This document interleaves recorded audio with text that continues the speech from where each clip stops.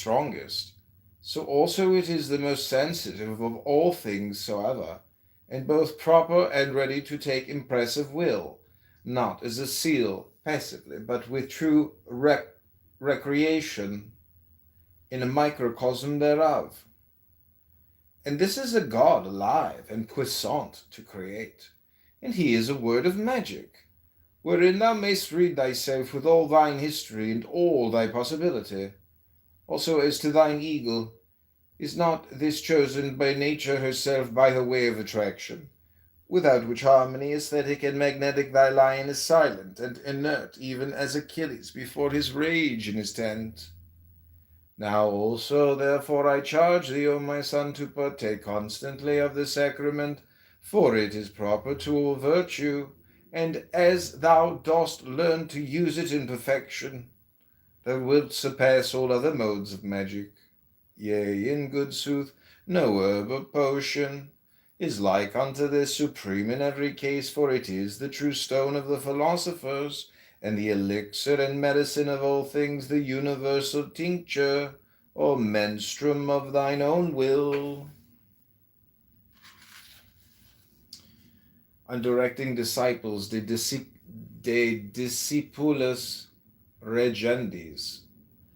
I will have thee to know moreover, my dear son, the right art of conduct with them whom I shall give thee for initiation, and the rule thereof is one rule. Do what thou wilt shall be the whole of the law.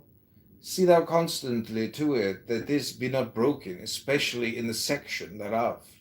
I dare say so, which readeth mind thine own business.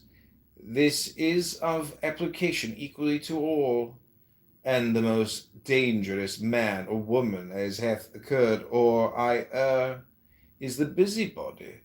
Oh, how ashamed are we, and moved to indignation, seeing the sins and follies of our neighbors. Of all the occasions of this grievance, the most common is the desire of sex unsatisfied. And thou knowest already, even in thy young experience, how in that delirium the wheel of the whole universe appeareth of no account. Do thou then wean thy babes from that simplicity, and instil the sense of true proportion, for verily this is a way of madness, love, unless it be under will. And the cure of this madness is not so good as its prevention, so that thou shouldst be beforehand with these children, showing them the right importance of love, how it should be a sacred right, exalted above personality, and a fire to enlighten and serve man, not to devour him. And certain diseases of disciples. De quibusdam morbis discipulorum.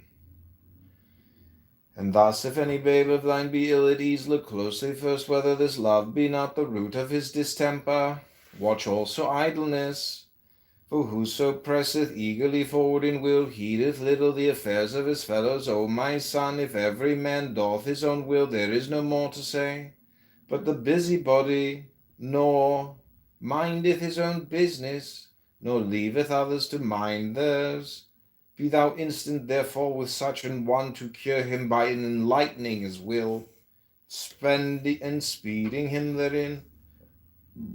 Remember also that if one speak ill of another, the fault is first of all in himself. For we know not but that which is within us. Did not the great witch-finder end by confessing that he also was a sorcerer? We become that which obsesseth us, either through extreme hate or extreme love. Knowest thou not how the one is a symbol of the other? For this reason, since love is the formula of life, we are under bond to assimilate in the end that which we fear or hate.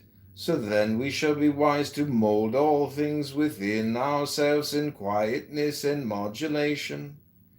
But above all, must we use all to our own end, adapting with adroitness even our weakness to the work.